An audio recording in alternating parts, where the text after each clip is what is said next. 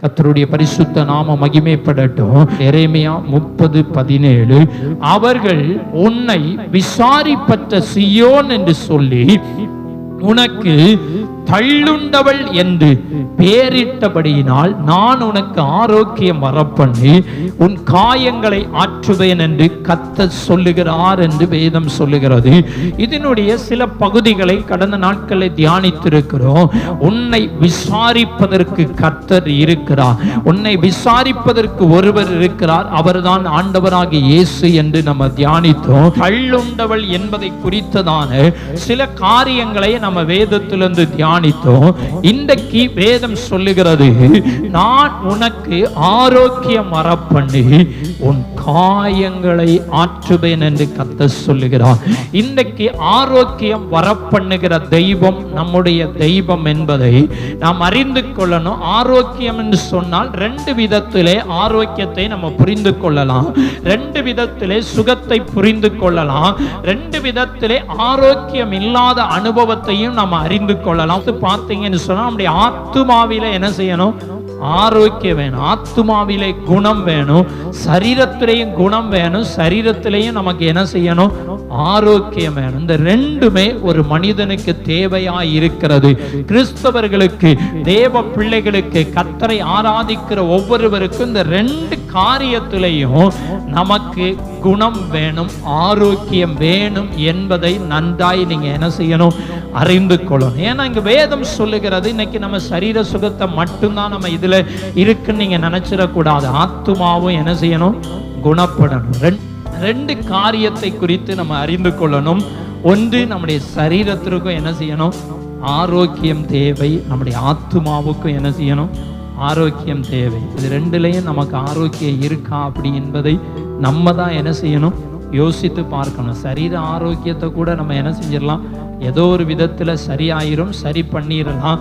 ஆனால் ஆத்துமாவில குணப்படுவது தான் ரொம்ப கொஞ்சம் கஷ்டமான காரியமா இருக்கும். ஆத்துமாவிலே ஆரோக்கியம் வரணும், குணம் வேணும் அப்படின்னா இவங்க கொஞ்சம் தேவ சமூகத்துல என்ன செய்யணும்? அர்ப்பணிக்க வேண்டும். ஆனால் இங்கு வேதம் சொல்லுகிறது, நான் உனக்கு ஆரோக்கியம் வரப்பண்ணுவேன். எரேமியா தீர்க்கதரிசியை கொண்டு தம்முடைய ஜனங்களுக்கு கர்த்தர் சொல்லுகிறதான வார்த்தை தான் இது.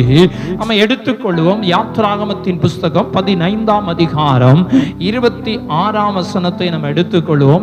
நீ உன் தேவனாகிய கர்த்தரின் சத்தத்தை கவனமாய் கேட்டு அவர் பார்வைக்கு செம்மையானவைகளை செய்து அவர் கட்டளைகளுக்கு செவி கொடுத்து அவருடைய நியமங்கள் யாவையும் கை கொண்டால் நான் எகிப்தியருக்கு வரப்பண்ணின வியாதிகளில் ஒன்றையும் உனக்கு வரப்பண்ணே நானே உன் பரிகாரியாகிய கர்த்தர் என்று ஆண்டவராகிய தேவன் தம்முடைய ஜனமாகிய இஸ்ரவேலுக்கு வாக்கு பண்ணினதான ஒரு வாக்குத்தத்தமான வசனம் நம்ம அங்க பார்க்கிறோம். நான் உனக்கு ஆரோக்கியம் வர பண்ணுவேன் என்று ஆண்டவர் அங்கு சொல்லுகிறார். இங்கும் ஆண்டவர் சொல்லுகிறார் தம்முடைய ஜனங்களுக்கு. இவர் எப்ப சொல்றாரு அப்படி நீங்க பார்த்தீங்கன்னு சொன்னா, இஸ்ரவேல் ஜனங்கள் எகிப்திலிருந்து புறப்பட்டு சிவந்த சமுத்திரத்தின் வழியாய் கடந்து இவங்க எங்க வருகிறார்கள் என்று சொன்னால், சூர் வனாந்தரத்துக்கு புறப்பட்டு போய், சூர் வனாந்தரம், அந்த வனாந்தரத்துக்கு புறப்பட்டு போய் அந்த வனாந்தரத்திலே 3 நாள் தண்ணீர் கிடையாமல் என்ன செய்யறாங்க? நடக்கிறாங்க. எத்தனை நாள்? 3 நாள். ஒருத்தர் ஒரு நாள் தண்ணி இல்லாமனாலே ரொம்ப கஷ்டம்.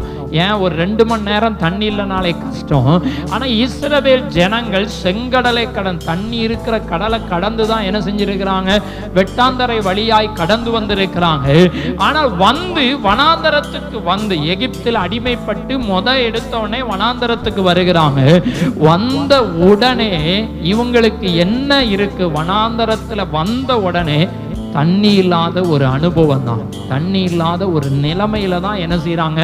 வனாந்தரத்துக்கு வராங்க. எகிப்தில் இருக்கும்போது இவங்க தண்ணி கிடைச்சிருக்கும், எல்லாமே கிடைச்சிருக்கும். ஆனால் ஆண்டவர் தம்முடைய ஜனங்களை அழைத்து கொண்டு வந்தபோது வனாந்தரத்துல தண்ணியே கிடைக்கல. எத்தனை நாள்? 3 நாள் அலைந்து என்ன செய்யறாங்க? திரிகிறாங்க. அப்படி திரிந்து விட்டு இனி ஒரு இடத்துக்கு வருகிறார்கள். மாரா என்கிற இடத்துக்கு வரும்போது அங்க கொஞ்சம் தண்ணீர் என்ன செய்து இருக்கு. ஆனா அந்த தண்ணி எப்படி இருக்கான்? கசப்பா இருக்கு. அதை குடிப்பதற்கு அவர்களுக்கு என்ன செய்யாது, முடியாது. ஆண்டவர் அநேக அற்புதங்களை செய்தார். 10 விதமான வாதைகளை கொடுத்து தான் இஸ்ரவேல் மக்களை மீட்டு கொண்டு வந்தார். செங்கடலை பிளந்து என்ன செய்தார், மீட்டு கொண்டு வந்தார். ஒரு ஆராய்ச்சியில சொல்லப்பட்டிருக்கிறது, செங்கடல் பிளந்ததற்கான அடையாளம் என்ன செய்கிறதா இருக்கிறது. வேதத்தில் உள்ள எல்லாவற்றுக்குமே ஆராய்ச்சியாளர்கள் கண்டுபிடித்திருக்கிறார்கள். செங்கடல் பிளந்ததுக்கான ஆதாரம் இருக்கிறது, சூரியன் நின்றதுக்கான ஆதாரம் இருக்கிறது, நோவாவின் பேழை இருந்ததற்கான ஆதாரம் இருக்கிறதாக ஆராய்ச்சியாளர் கண்டுபிடித்திருக்கிறார்கள். அதே போல பழைய ஆராதனை முறைமைகள், இஸ்ரேல் தேசத்திலே ஆசரிப்பு கூடாரத்திலே ஆராதனை முறைமைகள் போன்ற ஆராதனைகள் நடந்ததற்கான அடையாளங்கள் எல்லாமே என்ன செய்தான் இருக்கிறதாக சொல்லப்படுகிறது ஆராய்ச்சியிலே. அப்படி என்று சொன்னால் இவர்கள் வனாந்தரத்தில் வந்த உடனே இவங்களுக்கு 3 நாள் என்ன செய்யல, தண்ணியே கிடைக்கல. உடனே இவங்க முறுமுறுக்கிறாங்க.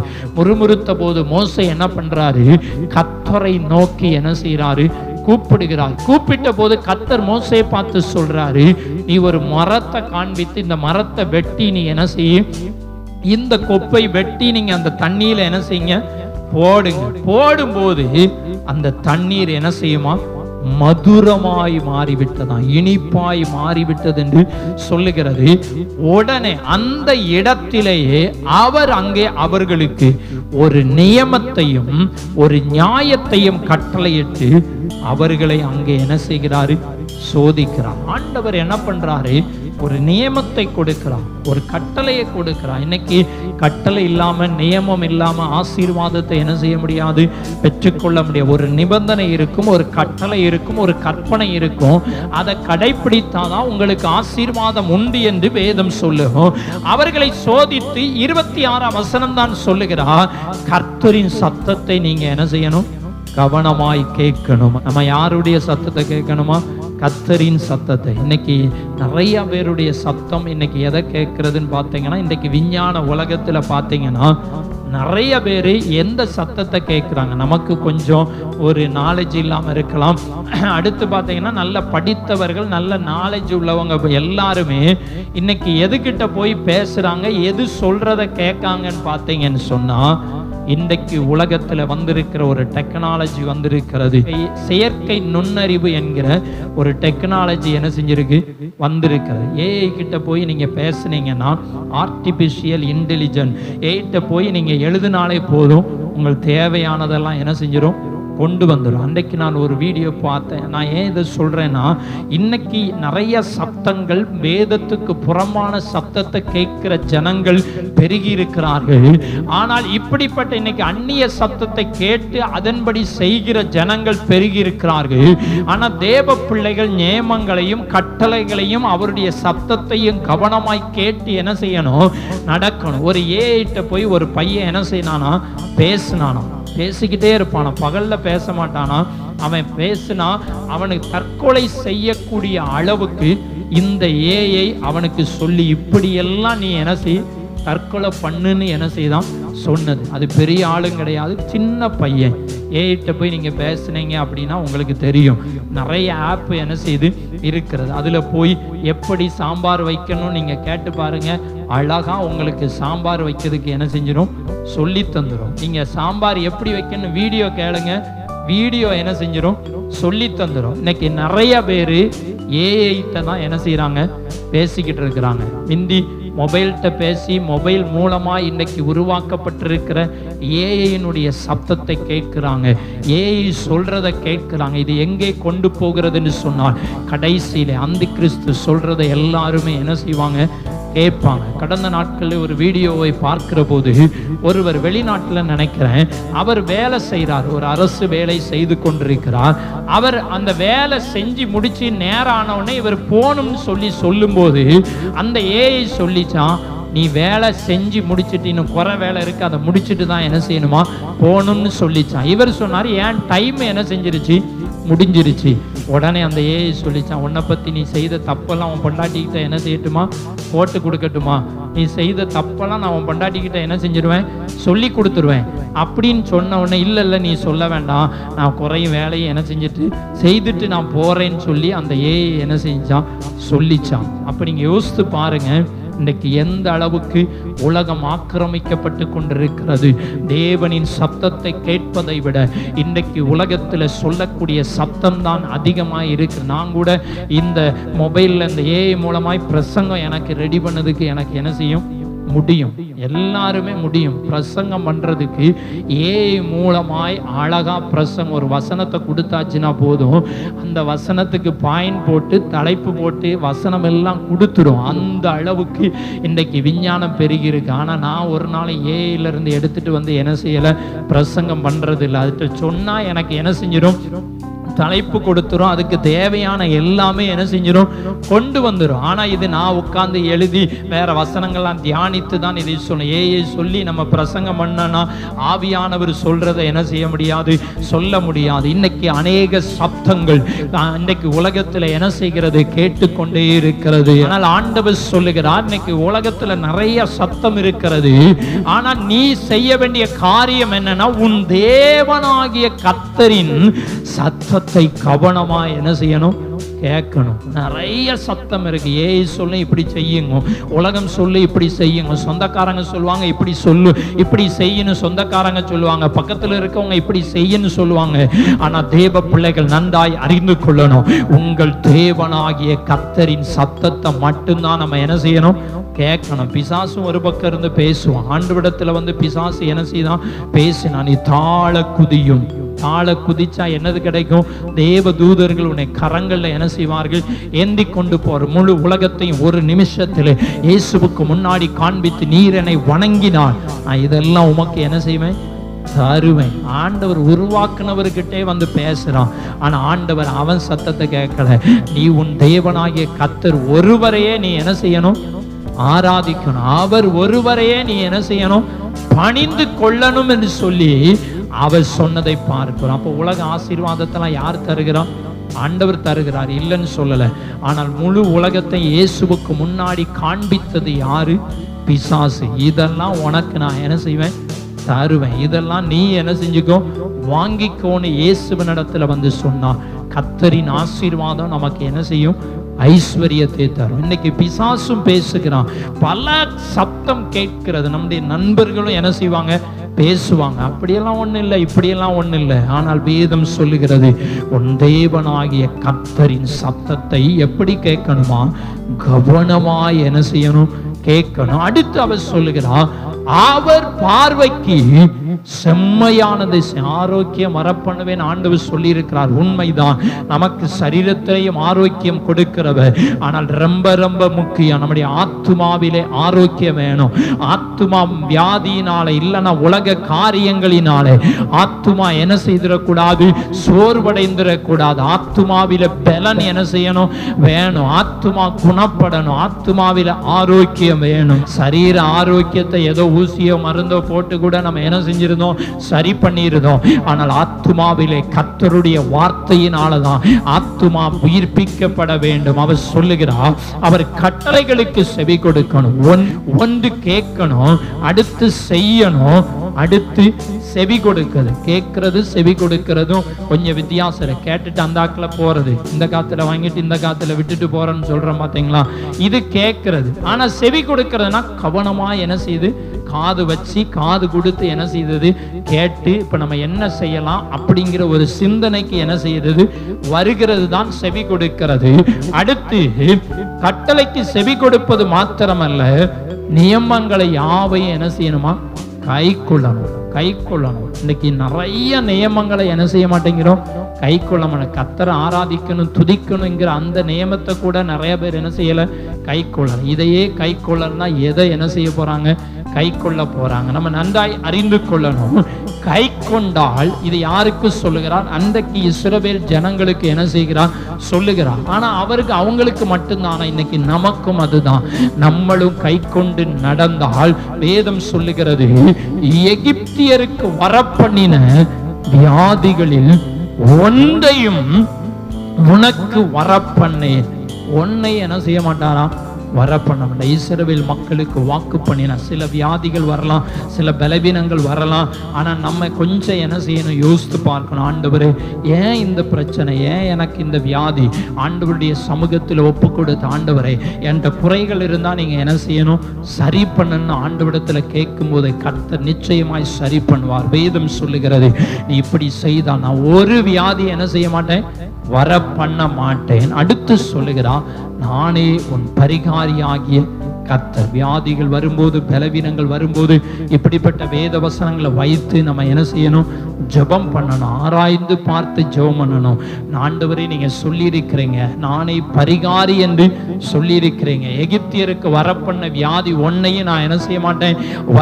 வர பண்ணேன் என்று சொல்லியிருக்கிறீங்க அப்படின்னு சொல்லி நம்ம ஜெபிக்கிற போது கர்த்தர் அங்க என்ன செய்வா? நிச்சயமாய் அற்புதம் செய்வா. அன்றைக்கு நம்முடைய வாழ்க்கையில நம்ம நன்றாய் அறிந்து கொள்ள வேண்டும். ஆரோக்கியம் வர பண்ணுவேன் என்று ஆண்டவர் சொல்லுகிறார். இன்றைக்கு தேவ பிள்ளைகள் ஆரோக்கியத்தை கொடுக்கிற தெய்வத்தை நாம என்ன செய்யணும்? நோக்கி பார்க்கணும். தேவ சமூகத்துல நம்ம யோசித்து பார்த்து, ஆண்டவரே நாங்கள் எப்படிப்பட்ட நிலைமையில இருக்கணும் இந்த கடைசி நாட்களில் தேவ சமூகத்துல நம்மை ஒப்பு கொடுக்கிற தேவ பிள்ளைகளாய் காணப்பட வேதம் சொல்லுகிறது. ஆரோக்கியம் வரப்பண்ணும். அடுத்து நீங்க வாசித்து பார்த்தீங்கன்னா சங்கீதம் 103:3 சொல்லுகிறது, அவர் உன் அக்கிரமங்களை எல்லாம் மன்னித்து உன் நோய்களை எல்லாம் குணமாக்கி. இது எங்கே சொல்லப்பட்டிருக்கிறது என்று சொன்னால், ஆத்துமாவை குறித்து என்ன செய்கிறது? சொல்லுகிறது. சங்கீதம் 103:1 வாசிக்கிற போது, ஆத்துமாவே கர்த்தரை ஸ்தோத்திரி என்று ஆரம்பிக்கும். இது எங்கே துவங்குகிறது என்று சொன்னால், இந்த ஆரோக்கியம் இல்லைனா இந்த குணம் இது எங்கே வரக்கூடியது என்று சொன்னால், ஆத்துமாவிலே வரக்கூடிய. அவர் உன் அக்கிரமங்களை எல்லாம் மன்னித்து. அக்கிரமம் சரீரத்திலேயா இருக்கும் வியாதி, சுகர் மாதிரி, பிரஷர் மாதிரி எல்லாம் இல்லை. இது ஆத்துமாவிலே வரக்கூடியதான வியாதி, அக்கிரமம். நம்ம செய்கிற எல்லா சரீரத்துல செய்கிற எல்லா பாவங்கள், அக்கிரமங்கள்லாம் எங்க போகுது? ஆத்துமாவில என்ன செய்யுது? போகுது. நிறைய பேர் சொல்லுவாங்க, எங்க உள்ளமெல்லாம் என்ன செஞ்சுக்கிட்டு இருக்கு? பரிசுத்தமா இருக்கு. எங்க உள்ள சுத்தமா தான் என்ன செய்து இருக்கு. சுத்தமா இருக்குன்ட்டு சரீரத்துல பாவம் செஞ்சுக்கிட்டே இருந்தா இவங்க உள்ளம் எப்படி சுத்தமா இருக்கும்? கொஞ்சம் யோசித்து பார்க்கணும். நிறைய பேர் நாங்க உள்ளமெல்லாம் சுத்தமா தான் என்ன செஞ்சுக்கிறோம்? வச்சிருக்கிறோம். ஏன் உள்ளமெல்லாம் கர்த்தருக்கு என்ன செய்யும்? தெரியும். யார் சொன்னா தெரியாதுன்னு எல்லார் உள்ளத்தையும் ஆண்டவருக்கு என்ன செய்யும்? என் உள்ளமும் தெரியும், உங்க உள்ளமும் தெரியும். உங்க இருதயம், என் இருதயம், உலகத்தில் இருக்கிற எல்லா இருதயமும் ஆண்டவருக்கு என்ன செய்யும்? தெரியும். ஆண்டவர் சொல்லுகிறார், இதோ நான் உள்ளங்கைகளில் என்ன செஞ்சிருக்கிறேன்? வரைந்து வைத்திருக்கேன். நிறைய பேர் சொல்லிடுவாங்க, எல்லாம் கர்த்தருக்கு தெரியும். ஆமா, கர்த்தருக்கு தெரியும். ஆனால் இன்றைக்கு நம்முடைய அக்கிரமங்கள்லாம் மன்னிக்கப்படணும்னு கர்த்தர் விரும்புகிறார். முதல்ல நம்ம பார்க்கிறோம், அவருடைய கட்டளைகள் எல்லாவற்றையும் நம்ம என்ன செய்யணும்? கை கொள்ளணும். இரண்டாவது, நம்முடைய சரீரத்தில் செய்கிற எல்லா பாவமும் எங்க போகிறது? நம்முடைய ஆத்துமாவிலே போகிறது. 103 ஆத்துமா என்று என்ன செஞ்சிருக்கும்? சொல்லப்பட்டிருக்கும். அப்போ ஆத்துமாவிலே காணப்படுகிற அக்கிரமங்கள் என்ன செய்யணும்? மன்னிக்கப்படணும். ஆரோக்கியம் வரப்பண்ணுவேன். உலக சரீரத்தை மட்டும் நம்ம நினைச்சிட்டு ஆத்துமாவை என்ன செஞ்சிடக்கூடாது? விட்டுறக்கூடாது. அக்கிரமங்களை எல்லாம் என்ன செய்வாராம்? மன்னிப்பார். நம்மளுடைய வாழ்க்கையில் இருக்கிற அக்கிரமங்கள்லாம் என்ன செய்யணும்? மன்னிக்கப்படும். அக்கிரமம்னா என்னது? மீறுதல்னா என்னது? நம்முடைய முற்பிதாக்கள் என்ன செய்தாங்க? மீறினாங்க. பழத்தை என்ன செய்யாதீங்க? பறிக்காதீங்கன்னு சொன்னாங்க. ஆனா இவங்க பறிச்சு சாப்பிட்டாங்க. இது ஒரு மீறுதல். செய்யன்னு ஆண்டவர் சொன்னதை செய்யாம என்ன செய்து விட்டது. இன்னைக்கு பாத்தீங்கன்னா ஆதாமும் ஏவாளும் செய்யாதன்னு சொன்னதை என்ன செஞ்சாங்க. இது மீறுதல். செய்யாதன்னு சொல்றத இன்னைக்கு அநேகர் என்ன செஞ்சுக்கிட்டு இருக்கிறாங்க? நிறைய பேரை பாருங்களேன், செய்யாதன்னு சொன்னா அதைத்தான் என்ன செய்வாங்க. செய்யின்னு சொன்னா அதை என்ன செய்ய மாட்டாங்க. சர்ச்சுக்கு வாங்கன்னா வரமாட்டாங்க. பார்த்தீங்களா? நீங்க அதை வச்சே கண்டுபிடிச்சிக்கலாம். சர்ச்சுக்கு வாங்க, ஜெபத்துக்கு வாங்கன்னா என்ன செய்ய மாட்டாங்க? வரமாட்டாங்க. அப்போ நீங்க பாருங்க, செய்யணும் ஆண்டவர் சொல்லி இருக்கிறாரு. இதை செய்யாம கர்த்தரை துதிக்கணும், ஆராதிக்கணும்னு சொல்லி இருக்கிறாரு. இதை செய்யாம இருக்காங்க. அப்ப இது என்னது? அக்கிரமம், மீறுதல் எல்லாமே என்ன செஞ்சிருது? வந்துருது. அப்ப ஆண்டவர் நம்முடைய அக்கிரமங்கள் எல்லாம் அவர் மன்னிக்கிறவர், இல்லைன்னு சொல்லலை. அவரிடத்தில் நம்ம அறிக்கையிடும் போது, மனம் திரும்பும் போது, ஆத்துமாவில ஒரு விடுதலை வேணும், குணம் வேணும், ஆசீர்வாதம் வேணும்னு கேட்கும் போது அவர் என்ன செஞ்சிருவாரு? மன்னிச்சிருவாரு. அடுத்து உன் நோய்களை எல்லாம் குணமாக்கி. நோய்களை மன்னிச்சாதான் எங்க குணம் என்ன செய்யும், கிடைக்கும். மன்னிப்பே பெறலை, ஆண்டவர்கிட்ட மன்னிப்பே கேட்கல. நிறைய பேர் மன்னிப்பே ஆண்டவரிடத்துல என்ன செய்வதில்லை, கேட்குறேன். நான் செஞ்சது தான் சரி, நான் சொல்றது தான் சரி அப்படின்னு நினைக்கிற ஆட்கள் நிறைய என்ன செய்வாங்க, இருப்பாங்க. நம்ம தேவ சமூகத்தில் என்ன செய்யணும், மன்னிப்பு கேட்கணும். மன்னிப்பு கேட்டால் நம்முடைய வாழ்க்கையில சரீரத்தில் இருக்கிற நோய்களாக இருந்தாலும் சரி, ஆத்துமாவில வரக்கூடிய நோய்களாக இருந்தாலும் சரி, அவர் எல்லாத்தையும் என்ன செஞ்சிருவாரா, குணமாக்கிடுவார். ஆத்துமாவில நிறைய பேருடைய வாழ்க்கையில் ஆத்துமாவில ஒரு குணமே இல்லை, ஆத்துமாவில ஒரு மாற்றமே இல்லை, ஆத்துமாவில என்ன செய்யல, தேவனுக்கு பிரியமான வாழ்க்கை வாழணும் என்கிற சிந்தை இல்லை. உலகத்துக்குரிய சிந்தை நிறைய பேருக்கு என்ன செஞ்சிருச்சு, வந்துருச்சு. நம்மளை மட்டும் பொதுவாக நான் நம்ம குறிப்பிட்டு சொல்லலை, இன்னைக்கு முழு உலகத்தில் இருக்கிற கிறிஸ்தவர்களையும் கொஞ்சம் யோசித்து பாருங்களேன். இன்னைக்கு அப்படிப்பட்ட நிலைமைக்கு என்ன செஞ்சிட்டாங்க, வந்துட்டாங்க. உலகத்தை குறித்த கவலை நிறையா இருக்கும், ஆனால் ஆத்துமாவை குறித்த கவலை என்ன செய்யாது, இருக்காது. நீங்க நல்லா யோசித்து பாருங்களேன், சிந்திச்சு பாருங்க. யாரையா நிறைய கிறிஸ்தவர்களை நீங்க கொஞ்சம் யோசித்து பாருங்க. உலக கவலை. அதனாலதான் வேதம் சொல்லுகிறது, உங்கள் இருதயங்கள் பெருந்திண்டியினாலும் லௌகீக கவலையினாலும் பாரம் அடையாதபடிக்கு நீங்க என்ன செய்யுங்க, எச்சரிக்கை ஆயிருங்கள். இன்றைக்கு நிறைய பேருடைய வாழ்க்கை உலக கவலை. என்ன செய்ய போறோம், ஒண்ணுமே செய்ய வேண்டாம். டெய்லி செய்யறது கரெக்டா என்ன செய்யும், நடக்கும். நம்ம என்ன செய்ய போறோம்னா அது நினைச்ச உடனே எல்லாம் நடந்துருதா, இல்லை. அது நடக்க வேண்டியது அன்னன்னைக்கு நடக்கும். ஒழுங்கா விடிய காலம் என்ன செய்யும், விடியும், சூரியன் உதிக்கும். நைட்டு சூரியன் என்ன செஞ்சிடும், சாயங்காலத்தில் மறைஞ்சிரும். அடுத்து நிலா வந்துடும். இதுதான் உலகம் என்ன செய்யுது, நடந்து கொண்டே இருக்கும். அது பாட்டுக்கு அது வேலையை என்ன செய்கிறது, செய்து கொண்டே இருக்கிறது. இன்னைக்கு நம்ம சிந்தித்து பார்க்கணும், நம்முடைய அக்கிரமம் நம்மகிட்ட இருந்தா அங்க சுகம் இருக்காது, அங்க சரீரத்தில் என்ன செய்யாது, பலன் இருக்காது, அங்க சரீரத்தில் ஆரோக்கியம் என்ன செய்யாது, இருக்காது. அப்போ நம்முடைய வாழ்க்கையில் இன்னைக்கு ஆரோக்கியம் வேணுமா, சுகம் வேணுமா, ஆத்துமாவே நீங்க நினைச்சுக்கணும். சரீரம் ரெண்டும் முக்கியம். சரீரம் இந்த உலகத்துல இருக்கிற வரைக்கும் நமக்கு சுகம் என்ன செய்யணும், இருக்கணும். ஆத்துமாவில என்ன செய்யணும், சுகம் இருக்கணும். ஆத்துமாவில சுகம் இல்லை, குணம் இல்லை, குணமாக்காதான் வேதம் சொல்லுது, குணப்படாத இருதயம் என்று என்ன செய்து சொல்லுகிறது. நம்முடைய இருதயம் குணப்படணும்.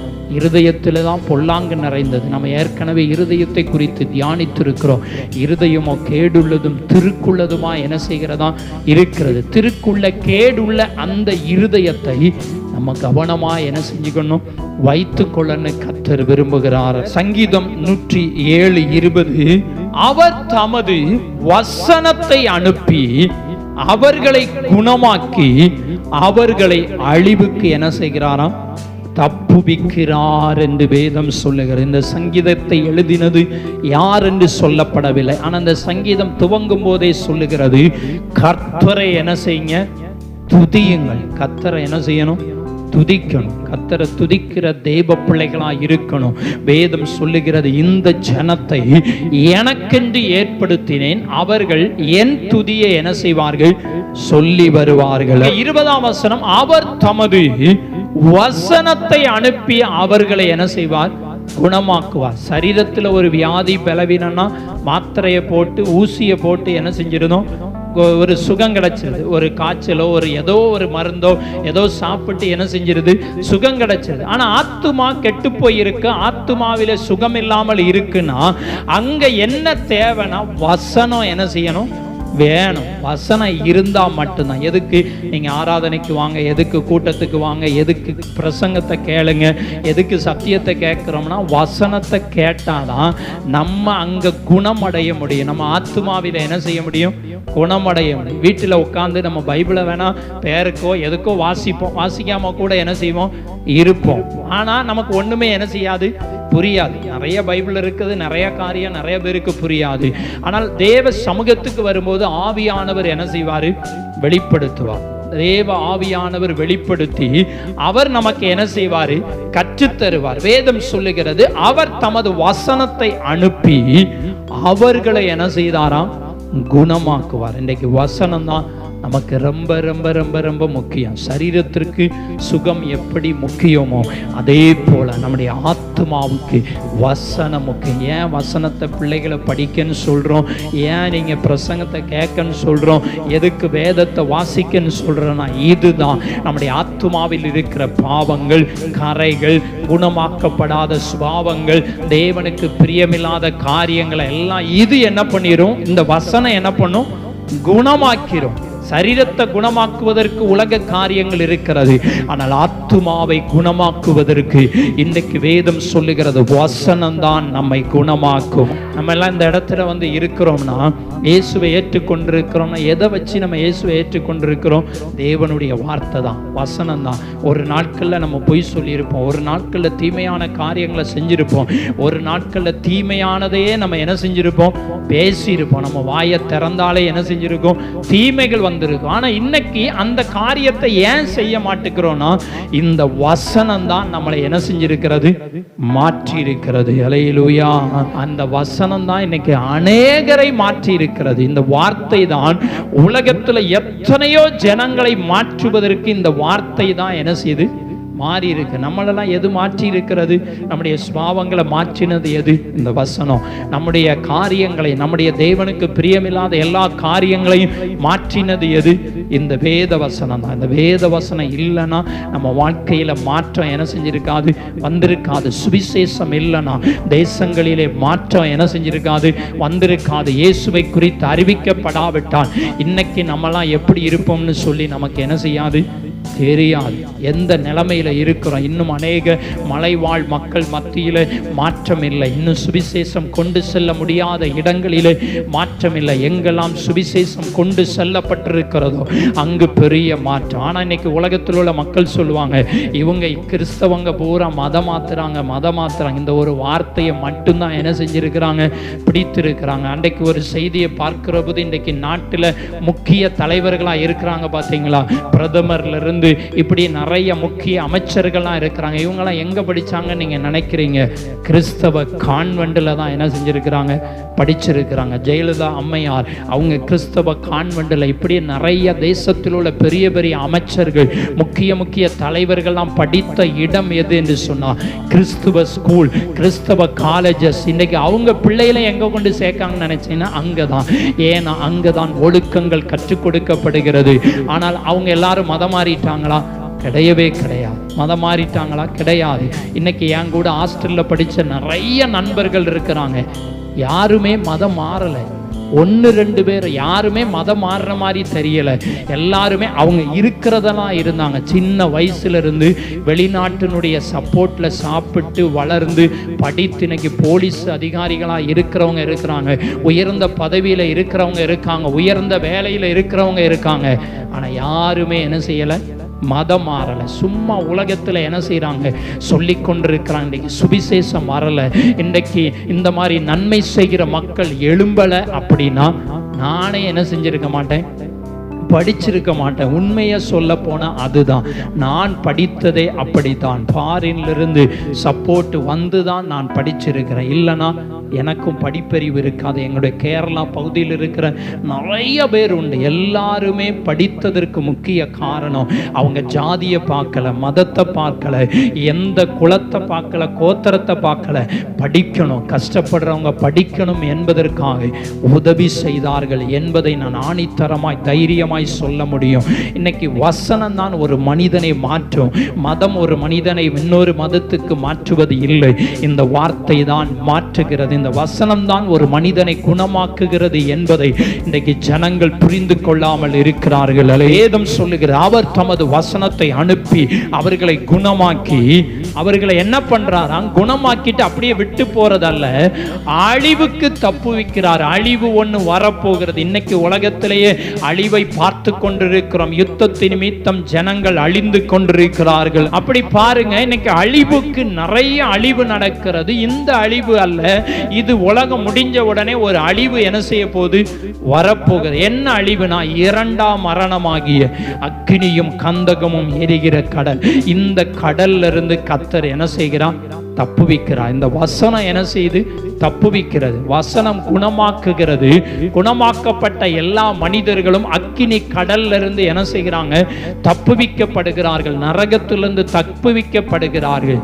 இயேசுவை ஏற்றுக்கொள்ளலனா இவங்க நரகத்திலிருந்து என்ன செய்ய முடியாது, தப்ப முடியாது. அன்றைக்கு ஒரு வீடியோ பார்க்கிற போது ஒரு ஊழியக்காரர் இவ்விதமாய் சொன்னார். ஒரு ஊழியக்காரரை ஆண்டவர் என்ன பண்ணாரா, அது நமக்கு தெரியாது, அவர் சொன்னதை சொல்றேன். ஒரு ஊழியக்காரர் என்ன பண்ணாரா, ஊழியக்காரரை ஆண்டவர் ஆவியில எங்க கொண்டு போனாரா, நரகத்துக்கு என்ன செய்தாரா, கொண்டு போனாரா. நரகத்துக்கு கொண்டு போன போது நரகத்திலிருந்து ஒரு சத்தம் என்ன செய்தான் கேட்கிறது. அந்த குறிப்பிட்ட ஊழியக்காரருடைய பெயரை சொல்லி அந்த சகோதரர் கூப்பிடுகிறார். ஒரு முறை கூப்பிடுறாரு, இவருக்கு கேட்கல, ஏன்னா நரகத்தில் அவ்வளவு சத்தங்கள் கேட்டுக்கொண்டே இருக்கும். இனி ஒரு முறை கூப்பிடுறார், 2-3 முறை கூப்பிட்டு கேட்கல.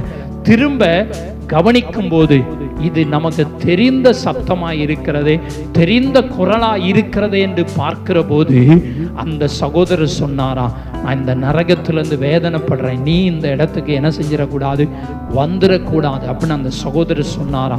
இந்த சத்தத்தை கேட்டு இதை பார்த்ததுக்கு பிறகு அவரால் சும்மா இருக்க முடியலையா.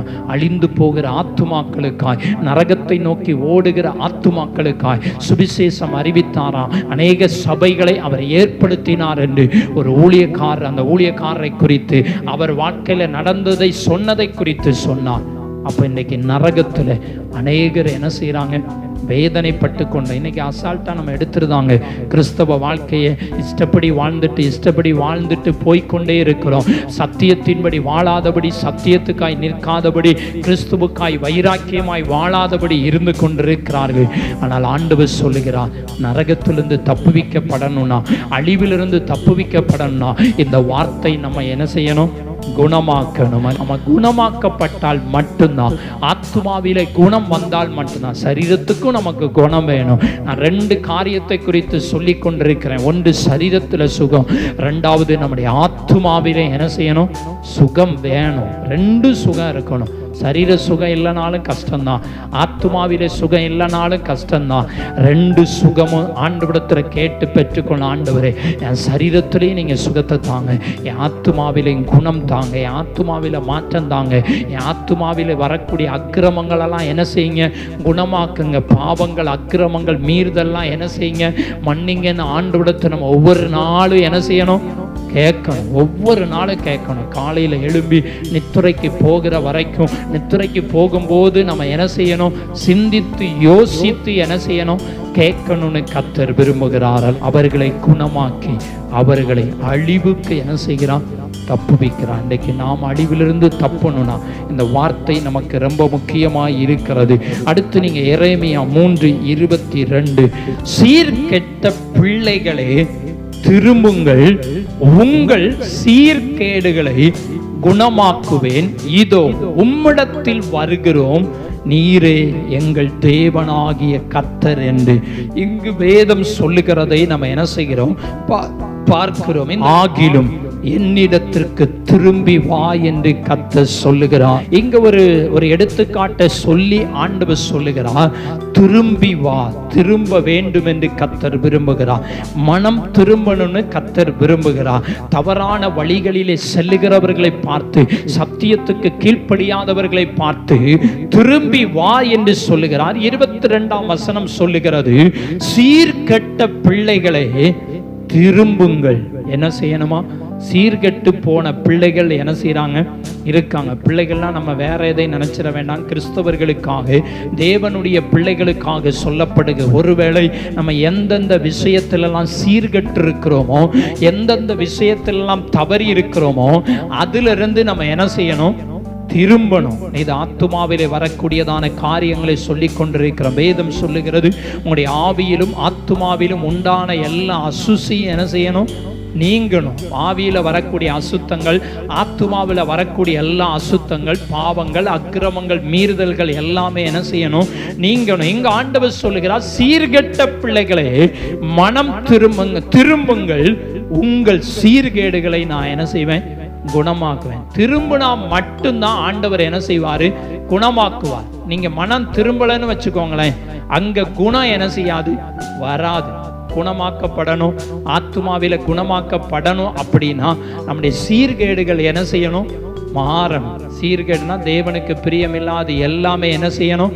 மாறன்னு கர்த்தர் விரும்புகிறார். இன்னைக்கு நம்மகிட்ட எதெல்லாம் சீர்கேடான காரியம் இருக்கு? பைபிள் சொல்லுகிறது சீர்கேடான கிளவிகள் பேச்சு. அப்படி ஒரு பேச்சு இருக்கு தெரியுமா? சீர்கேடான கிளவிகள் பேச்சுகளுக்கு நீங்க என்ன செய்யுங்க? விலகி இருங்கள். கிளவிகள் பேச்சுனா என்னன்னு எனக்கு தெரியல.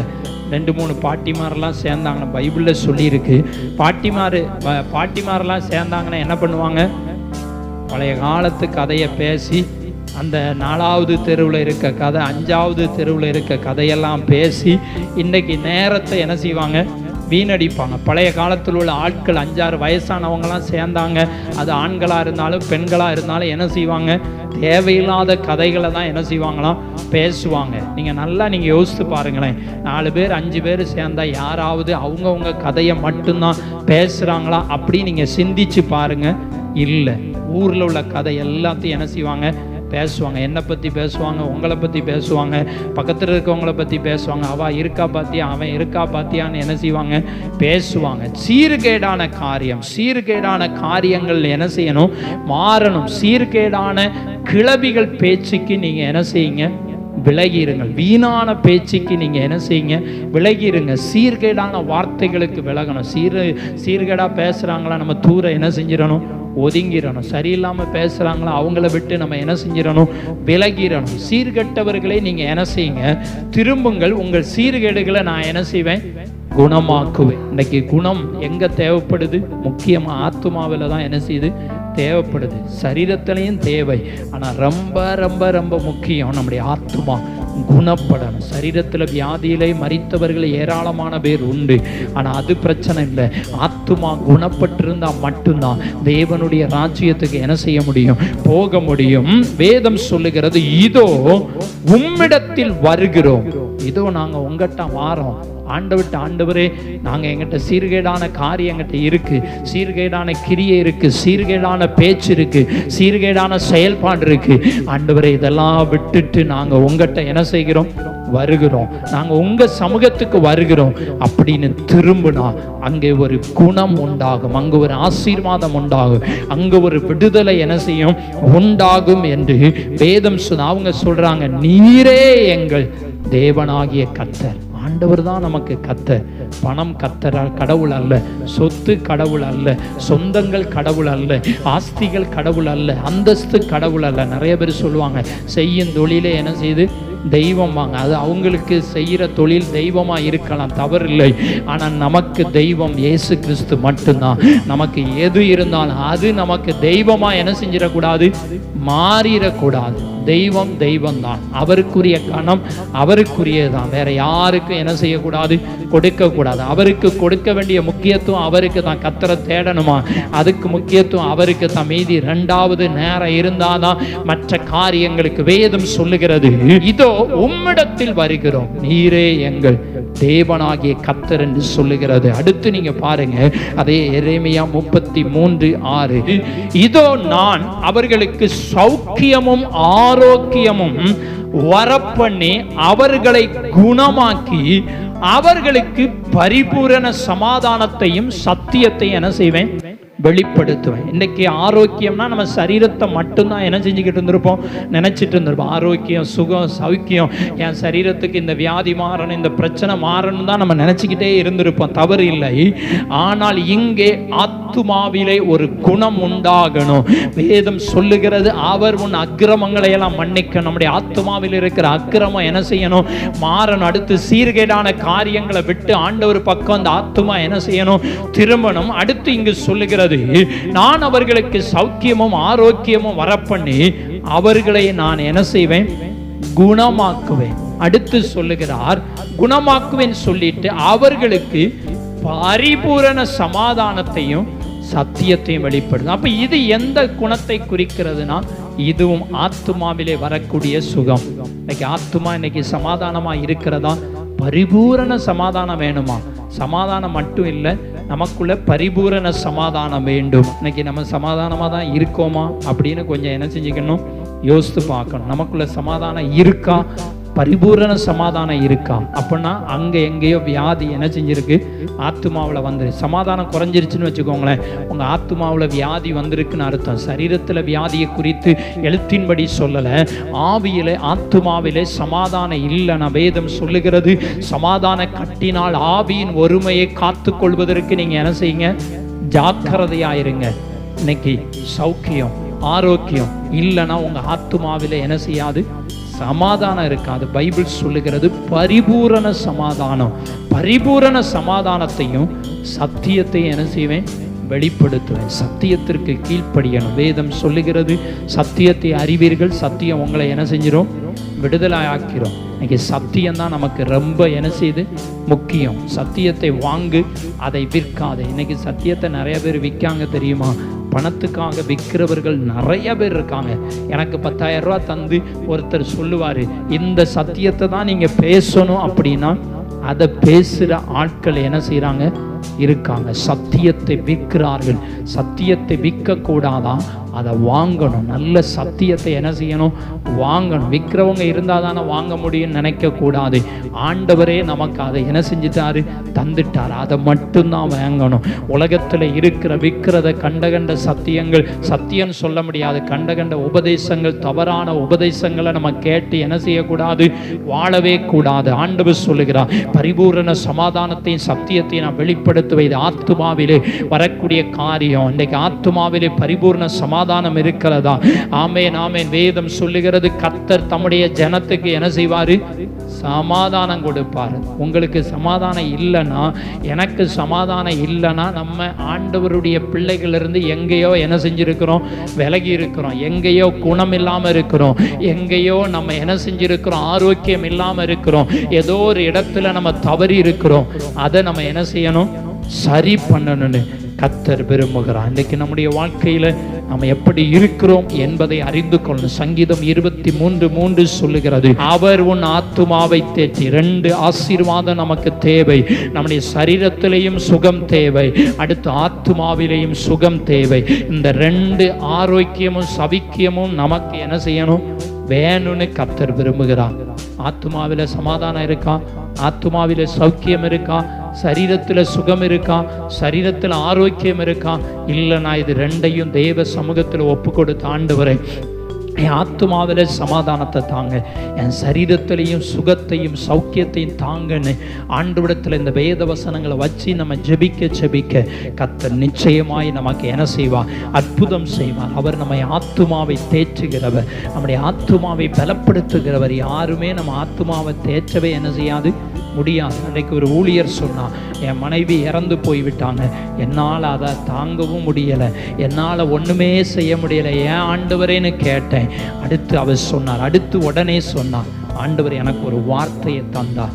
அந்த வார்த்தை தான் என்னை பலப்படுத்தி இருக்கிறது, இந்த சத்தியம்தான் என்னை பலப்படுத்தி இருக்கிறது. அதுக்கு பிறகுதான் கொஞ்சம் அப்படியே கூட்டம் நடத்துவதற்கு நான் என்ன செய்தேன், போக ஆரம்பித்தேன் என்று சொல்லுகிறார். அப்போ இந்த சத்தியம், இந்த வார்த்தை சமாதானத்தை கெடுத்திருக்கிற அந்த நிலைமையில் இந்த வார்த்தை குணமாக்குகிறது, இந்த வார்த்தை சௌக்கியத்தை கொடுக்கிறது, இந்த வார்த்தை சமாதானத்தை கொடுக்கிறது. இந்த சத்தியம் ஒரு மனிதனை குணமாக்குகிறது என்பதை நம்ம நன்றாய் அறிந்து கொள்ளணும். அப்படி நம்முடைய ஆத்துமாவை தேற்றுகிறவர் ஆண்டவர். இந்த வார்த்தை தேற்றும் என்று வேதம் சொல்லுகிறது. மல்கியா 4:2 சொல்லுகிறது, என் நாமத்துக்கு பயந்திருக்கிற உங்கள் மேல் நீதியின் சூரியன் உதிக்கும், அதன் செட்டைகளின் கீழ் ஆரோக்கியம் என்ன செய்யுமா, இருக்கும். நீதியின் சூரியனாகிய இயேசு கிறிஸ்து நம்ம வாழ்க்கையில இருக்கணும், உதிக்கணும். இந்த சூரியன் உதிக்கும், மறைஞ்சிரும். அல்லனா உலகத்துல சூரியன் உதிக்கலாம், மறைந்து போய்விடலாம். ஆனா நீதியின் சூரியனாகி இயேசு நம்ம வாழ்க்கையில உதிச்சிட்டு அவர் மறைஞ்சிடக்கூடாது. கடைசி வரைக்கும் அவர் நம்மோடு கூட இருக்கணும். அவர் இருந்தா நமக்கு ஆரோக்கியம் உண்டு. அவர் செட்டைகளின் கீழ் ஆரோக்கியம் உண்டு. நீங்கள் வெளியே புறப்பட்டு போய் கொளுத்த கண்டுகளைப் போல என்ன செய்வீர்கள், வளருவீர்கள் என்று வேதம் சொல்லுகிறது. அடுத்து நீங்க வாசித்து பார்த்தீங்கன்னா வெளிப்படுத்தின விசேஷம் 22:2 சொல்லுகிறது, அந்த விருட்சத்தின் இலைகள் ஜனங்கள் ஆரோக்கியம் அடைவதற்கு ஏதுவானவைகள். இது எங்கே குறிக்கிறது என்று சொன்னால் பரலோக ராஜ்யத்திலே குறித்ததான காரியம். 1:22 சொல்லுகிறது, பளிங்கை போல் தெளிவான ஜீவ தண்ணீருள்ள சுத்தமான நதி தேவனும் ஆட்டுக்குட்டி ஆனவரும் இருக்கிற சிங்காசனத்திலிருந்து புறப்பட்டு வருகிறதை எனக்கு காண்பித்தார். ஆண்டவராகிய இயேசு கிறிஸ்து யோவான் அப்போஸ்தலனுக்கு காண்பித்ததான காரியத்தை குறித்து சொல்லுகிறது. அந்த ஜீவ விருட்சம் கனி என்ன செய்யுமா, அந்த நகரத்தின் மத்தியில இருக்கிற அந்த 12 விதமான கனிகளை தரும் ஜீவ விருட்சம் இருந்ததான். ஜீவ விருட்சம் என்கிற ஒரு விருட்சம் இருந்தது. அந்த விருட்சத்தில் என்ன செய்யுமா, 12 விதமான கனிகள் என்ன செய்யும், தரும். கனி என்று சொன்னால் சுபாவத்தை என்ன செய்து குறிக்கிறது. ஆவிக்குரிய வாழ்க்கையில நீங்க பார்த்தீங்கன்னா ஆவியின் கனி 9, ஆவியின் சுபாவம் 9 என்று சொல்லப்பட்டிருக்கு. இந்த ஆவியின் கனி நமக்கு என்ன செய்கிறது, ஆரோக்கியத்தை தருகிறது. இன்னைக்கு ஆவியிலும் ஆத்மாவிலையும் சரீரத்திலையும் ஆரோக்கியம் வேணும்னா நமக்கு ஆவியின் கனி என்ன செய்யணும், இருக்கணும், சுபாவம் இருக்கணும். ஆவியின் கனி 9 சுபாவம் இருக்கு. அன்பு, சந்தோஷம், சமாதானம், நீடிய பொறுமை, தயவு, நற்குணம், சாந்தம், இச்சை அடக்கம், இப்படி நிறைய காரியங்கள் என்ன செஞ்சிருக்கு, சொல்லப்பட்டிருக்கு. ஆனால் அங்க ஜீவ விருட்சத்துல 12 விதமான கனிகளை கொடுக்கும். அந்த கனி என்ன செஞ்சிருமா, அவர்களை ஆரோக்கியமாக்கணும். அதனாலதான் பரலோக ராஜ்யத்துக்கு போகும்போது அங்க நமக்கு வியாதி கிடையாது, கஷ்டம் கிடையாது, கண்ணீர் கிடையாது, கவலை கிடையாது. நீதியின் சூரியனாகிய இயேசுவே நமக்கு எப்போது என்ன செய்வாரு, வெளிச்சமா இருப்பார். இன்னைக்கு இருட்டுனா நம்மளால என்ன செய்ய முடியல, இருக்க முடியல. ஆனா அங்க எல்லாம் அவரே வெளிச்சம், அவர் தான் நமக்கு வெளிச்சமாய் இருப்பார். அங்க நமக்கு ஆரோக்கியம் உண்டாகும். ஆனா சுபாவம் மாறணும். கனிதான் ஆரோக்கியத்தை உண்டாக்கும். இன்னைக்கு நம்முடைய சுபாவம் மாறிடுச்சுன்னா நமக்கு ஆரோக்கியம் எங்க, ஆரோக்கியம் ஆத்மாவிலே ஆரோக்கியம், சரீரத்திலே ஆரோக்கியம். நீங்க சுபாவமா கோபப்படாம இருந்து பாருங்க, உங்களுக்கு பிரஷரே என்ன செய்யாது, வராது. சொல்லுவாங்க எனக்கு இப்போ பிபி ஏறுது அப்படின்னு சொல்லி என்ன செய்வாங்க, சொல்லுவாங்க. நீங்கள் கோவப்பட்டு போய் வேணா ப்ரெஷரை போய் செக் பண்ணி பாருங்க, உடனே உங்களுக்கு ப்ரெஷர் கொஞ்சம் ஏறி என்ன செய்யும், இருக்கும். அப்ப கோவப்படக்கூடாது என்பது ஆவியின் கனி, ஒரு சுபாவத்தை என்ன செய்து குறிக்கிறது. அப்போ பாருங்க, இப்படி நிறைய காரியங்களை நம்ம சொல்லலாம். இன்னைக்கு சரீரம் ஆரோக்கியமா இருக்கணும்னா கோவப்படக்கூடாது, கவலைப்படக்கூடாது. அதே போல ஆவியின் கனி நம்மகிட்ட இருக்கணும்னு சொன்னா நம்மகிட்ட இந்த சுபாவமெல்லாம் ஆத்மாவிலே வராதபடி பாதுகாத்தோம் என்று சொன்னா, ஆவியின் கனி கொடுக்கிற தெய்வ பிள்ளைகளாய் இருந்தால் அங்கே ஆரோக்கியம் என்ன செய்யும், வறுமை. இங்க 1 பேதுரு 2:24 சொல்லுகிறது, கடைசி பகுதி சொல்லுகிறது, அவருடைய தழும்புகளால் குணமானீர்கள். இன்னைக்கு அவருடைய தழும்பு நம்ம என்ன செஞ்சிடும், குணமாக்கி. அவருடைய தழும்புனா என்ன, சிலுவையிலே அவர் என்ன செய்தார், மரித்தார். அவர் அடக்கம் பண்ணப்பட்டார், 3ஆம் நாள் உயிரோடு எழும்பினார். அவருடைய தழும்பு மட்டுமே போதும். அவர் ரத்தம் சிந்திட்டார். அவர்கிட்ட இருக்கு பார்த்தீங்களா, காயத்தில் வரக்கூடிய தழும்பு. அந்த தழும்பே நமக்கு என்ன செஞ்சிருமா, சுகத்தை தந்துடும். சரீரத்திலையும் சுகம் உண்டு.